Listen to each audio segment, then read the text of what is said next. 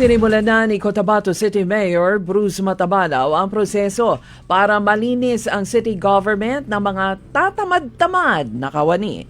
Kahapon, pinulong niya ang department head upang alamin kung sino-sino sa kanilang mga tauhan ng mga job order, contract of service o casual workers na non-performing o underperforming employees. Nauna rito, iniutos niya sa lahat ng mga co-terminus employees, job order at casual workers na magsumite ng resignation letter o courtesy resignation.